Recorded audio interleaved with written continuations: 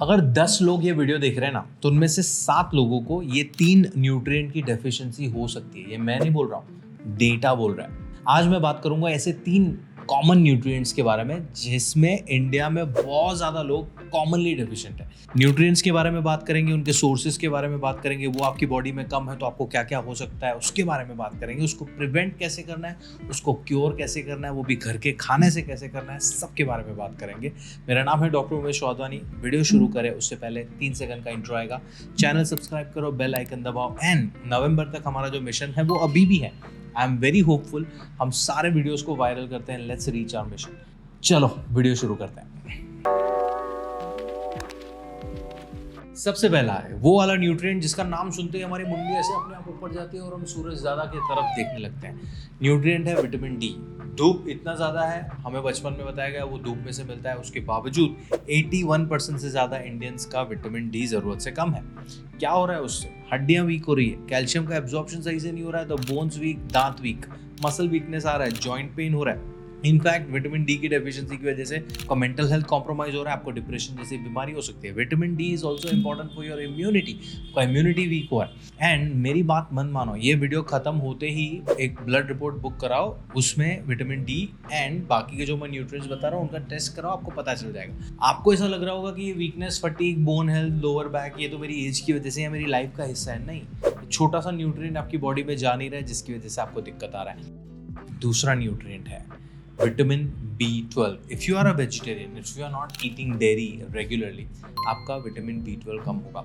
इसके अलावा आपको गट हेल्थ इश्यू है, आप स्मोक करते हो, आप अल्कोहल लेते हो और आपको पर्नीशियस एनीमिया है, तो आपकी बॉडी, आप खाना खा रहे हो उसके बावजूद आपका विटामिन B12 सही नहीं हो रहा है। Again get your blood work done, आपको पता चल जाएगा। मेरे जितने भी क्लाइंट्स हैं उसमें से 90% से ज़्यादा क्लाइंट जिनको मैं ब्लड रिपोर्ट कराता हूँ उनके B12 और विटामिन डी कम आता है। Vitamin B12 is again important for your blood formation, it's important for your brain development and nervous system के function, also for your energy metabolism। तो B12 कम है तो आपको एनीमिया भी हो सकता है, आपको ब्रेन फॉग भी हो सकता है, आपको फटीग भी हो सकता है, आपको एनर्जी इश्यूज भी आ सकते हैं, आपको मेंटल जो कॉग्निटिव हेल्थ है कि आपको चीज़ें याद रहना सही से या सीखना, वो सारी चीज़ें भी कॉम्प्रोमाइज़ हो सकती है B12 की वजह से।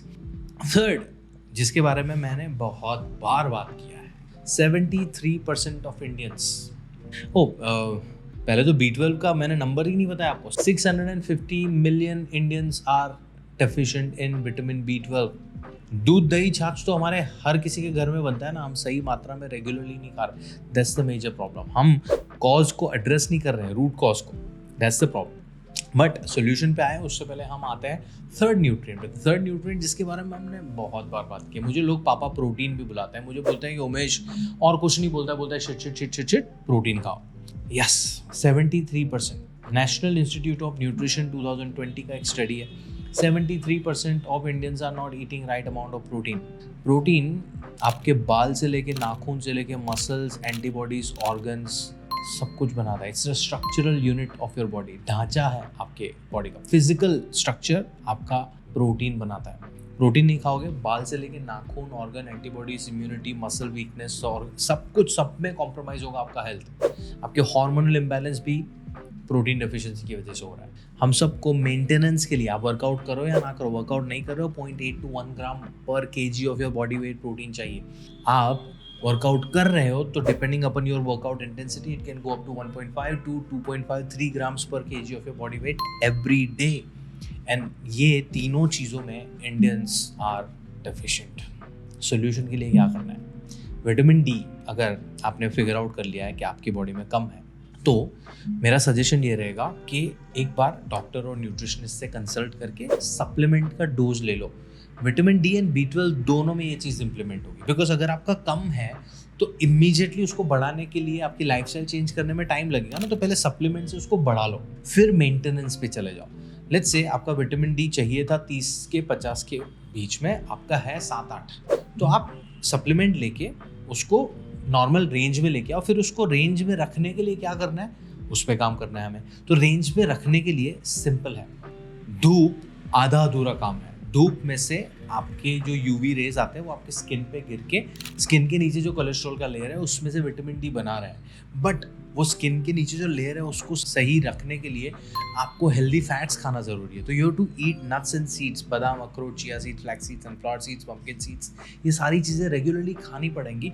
देन हफ्ते में 3-4 बार 10-15 मिनट धूप में जाके बैठो। आइडियली सुबह 9 से लेके दोपहर 1 बजे के बीच में डायरेक्ट सनलाइट आपके स्किन पे लगनी चाहिए, हाथ पे, पैर पे, चेस्ट पे, बैक पे लगनी चाहिए। एक्सपोजर होगा, विटामिन डी प्रोड्यूस होगा। आप विटामिन डी फोर्टिफाइड चीज़ें भी खा सकते हो।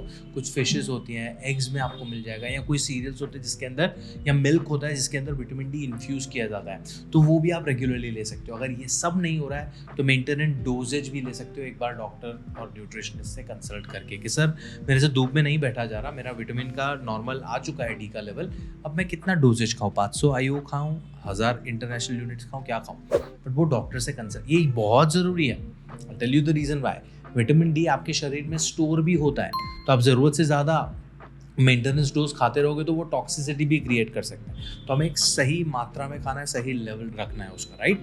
Number 2, vitamin B12। Vitamin B12 का कॉमन सोर्स वेजिटेरियन के लिए है डेयरी प्रोडक्ट्स, बट अगर आप वीगन हो तो आपको लेना है फोर्टिफाइड सीरियल्स या फोर्टिफाइड मिल्क प्रोडक्ट्स या फोर्टिफाइड प्रोडक्ट्स जिसके अंदर B12 डाला गया है।